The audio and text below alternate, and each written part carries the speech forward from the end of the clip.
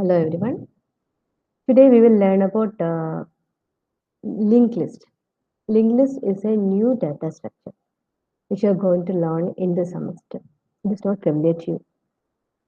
So what I'm going to do is we are going to compare it with an array and find out the difference between an array, advantage and limitations when compared to an array and see how we can use it. Okay. So let me share my slide.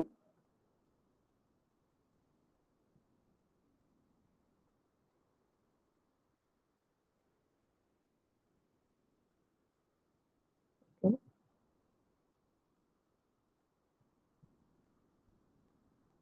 Linked list is a linear data structure.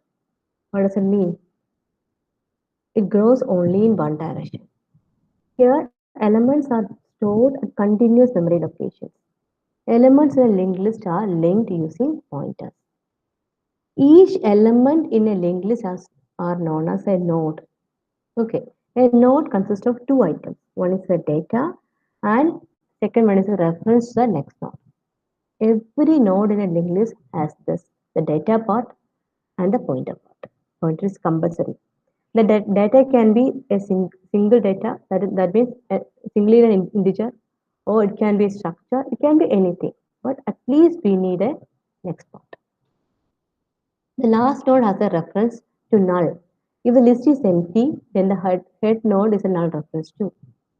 The entry point to a linked list is called the head of the list. Head is not a separate node, but it is a reference to the first node. See, this is the example of a linked list. Here we have a head node. This is the example of a linked list. Here the data part is A, B, C, D are the data part, and there's a pointer to the next one. Okay, this is the A. This is the first node part. This is the second node part, third node part, and fourth node part. The data here are A, B, C, D. The first node has a reference head, and the last node is pointing to null. Okay, this is how it works. What is the data part? A, B, C, D. This is known as a node. Each one is known as a node. This is a node. This is a node. Each one is a node. Okay. Now, suppose we write this one into an array. What it would look like? We write A, B, C, D in an array. The array looks like this. This is the index. Index 0, index 1, index 2, index 3. Okay. This is how we write into an array. This is how we write into a linked list. We need a pointer. This is a pointer part. The next is a point. Next is a point. Is a point.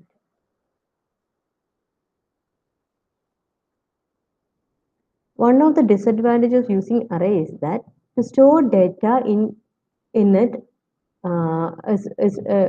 we can store data in one stretch, but we cannot easily extend the data, as well as it is not possible to reduce the data. Okay, because array is a static structure, so it cannot be expanded easily. Insertions as well as deletions are not easy. We have learned in the last class. Suppose we want to insert an item, what do you have to do? You have to push all elements to the right to make a room for the new element. Similarly, when we are going to delete an element, we have to fill that hole. We should not keep that place blank. So we have to fill there with the data in the next memory location. Linked list is designed to address some of the limitations of array. Linked list is a dynamic data structure. What does that mean? You can easily grow as well as shrink. It's a linear data structure. It's a dynamic data structure. Any application which has to deal with unknown number of objects will need to use a linked list. Linked list is required to do unknown number of objects in any data set. Okay, the number of nodes in a linked list is not fixed, and it can grow and shrink on demand. One of the disadvantages of a linked list against an array is that it does not allow direct access to the individual elements. We cannot directly access each element. Suppose we want to access an element, we know the reference of the first element known as head. We know what a head is. Using this head, we have to reach at that particular element. Let's go back to the previous slide which we should create. Suppose you want to get the C. This is what we want to retrieve. We do not know where it is. So what we know is only head. We know head. We check whether the data in the head is equal to C. It's not so. We go to the next one. We come here. Check whether data here is C. No. Again we come here. There's a link. There's a link. There's a bridge to come here. So come here. Check whether data is C. Yes. So this is how we get the data. But in the case of an array, it is very easy. We know that the index array of 2 is equal to C. We can access it directly. Here, there is no index here. We know there is an index here. This is subscript in the case of an array. Subscript or index in the case of an array. Such thing is not there in the case of a linked list. We have to traverse. We have to go through each node to get any element. That's the main disadvantage of a linked list. Another disadvantage of a linked list is that it uses more memory. Why? Because for each node, we have to store the next node. So at least extra 4 bytes are required to store the next node. Memory allocation is more in the case of a linked list. Okay, now we'll see different types of linked list. One is a simply linked list where the last node points to null. This is the one which I have just seen. Okay, last node points to null. Second one is a circular linked list. Circular linked list, what does it mean? It is acts in a circular fashion. The last node points to the first one. That is, suppose this is our first node, this is our second node, this is our third node, this is our fourth node. The last node points to the first one. This is the data part. It will look like this. Okay, let me go to the previous lecture. Okay, this is a singly linked list. The one at the bottom which you are seeing is a singly linked list.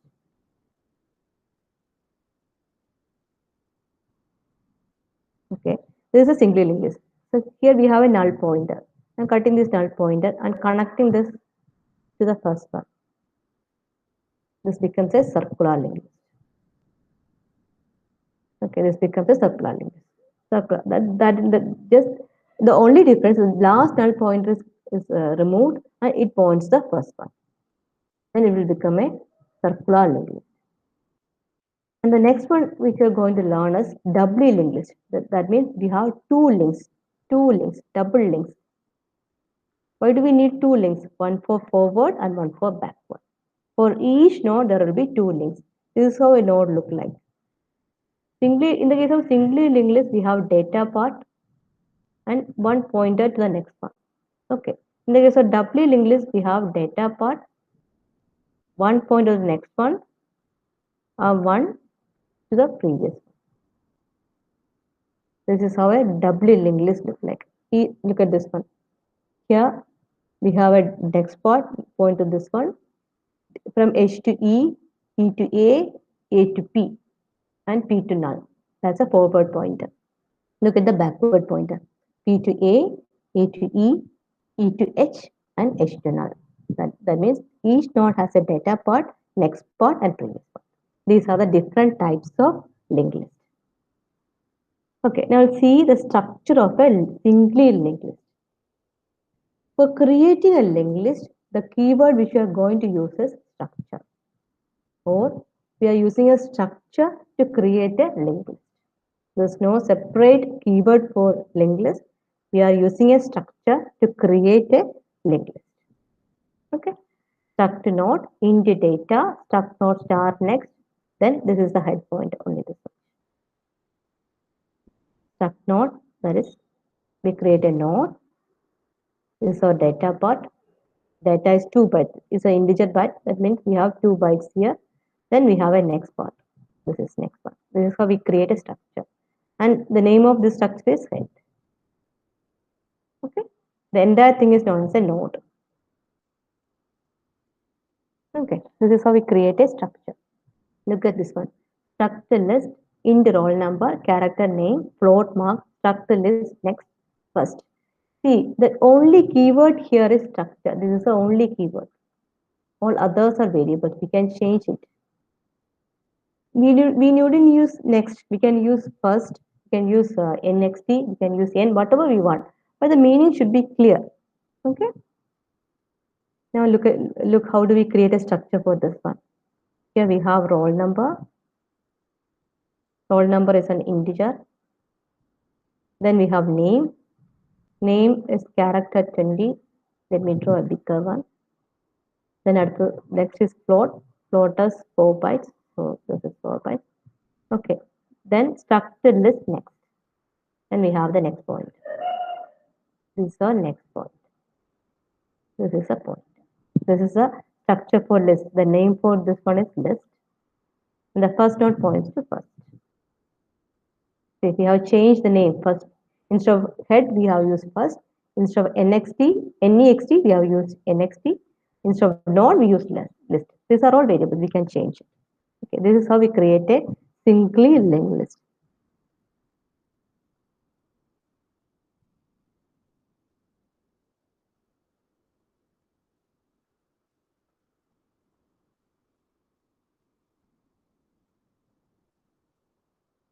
The next is we create a new node in a linked list. Struct node, into data, struct node star next, star head. This is the structure creation. Now see the function for this one. We use a function named create node. This is also a variable. We can change the name of the function if we want.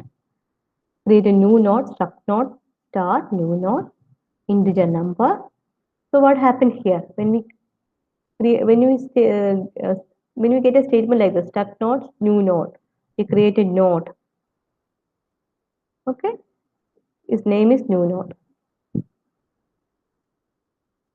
Okay, struct node has data part, integer data, struct node star next. This is what happens. Then int number, we create a memory variable for number, usual integer number. Then enter data, scanf and number. So let it be 7. We are given 7 for this. Okay. Now we are going to create a new node. New node equal to struct node star malloc size of struct. Do you remember this? We are dynamically allocating memory to struct node. So this much memory is allocated. Okay. Then new node data equal to num. What is num? Num is 7. New node data means the data here is given as 7. Then new node next equal to null. This is null. This points to null. The first node, only one node, it points to null. This is what happens when we are creating a new node. Okay. So this operation may not be familiar to you. This is a separate symbol, minus arrow. This is used to point. This is a pointer notation.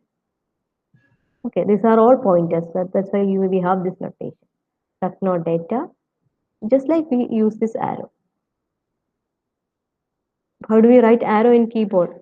Write a minus, then write a greater symbol. Okay, we see traversal of a linked list too. This is our linked list which we have created. Okay, the first what we have used head. This is a head pointer. We use another pointer q. Okay, then using q we are going to print each element. Q first we print 4, then we traverse q to the next one, print 6.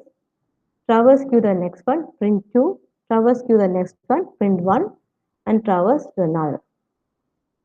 We do not print null. Look at the programs too. Void display, struct node star q, because we need a q. If we traverse head, the head will be lost. Head is a reference to first one. Head is fixed. We do not change it. Okay. For what you are doing, if head equal to null, we print the list is empty. There's no list here. We print the list is empty. Else, q is equal to head. What will happen here? Q equal to head means this will be q. Q will be head. Q will be equal to head. Print of the linked list is what do you have to print? While q not equal to null, print of q data. Q, this is what we are printing. Q data, the data inside the node q. Q data means 4. We print 4 here. Okay, we print 4 here, put an arrow. Then what we are doing next? Q equal to Q next. Q points the next one. Q was here. Q points the next one. Q comes here. Again, check whether it's not equal or null. Then what you're going to print? We print the data there. The data there is six arrow. Okay. You print Q is pointed to Q next. Q comes here. We print 2. Again, Q comes here. Print 1. Q comes here. What is Q now? Q is equal to null. Okay, Q is equal to null. There will be one more arrow there. But while Q is equal to null, it won't be printed. This is how we print all the elements in a linked list. This is known as traversal of a linked list. I think this is enough. We can stop now. Thank you.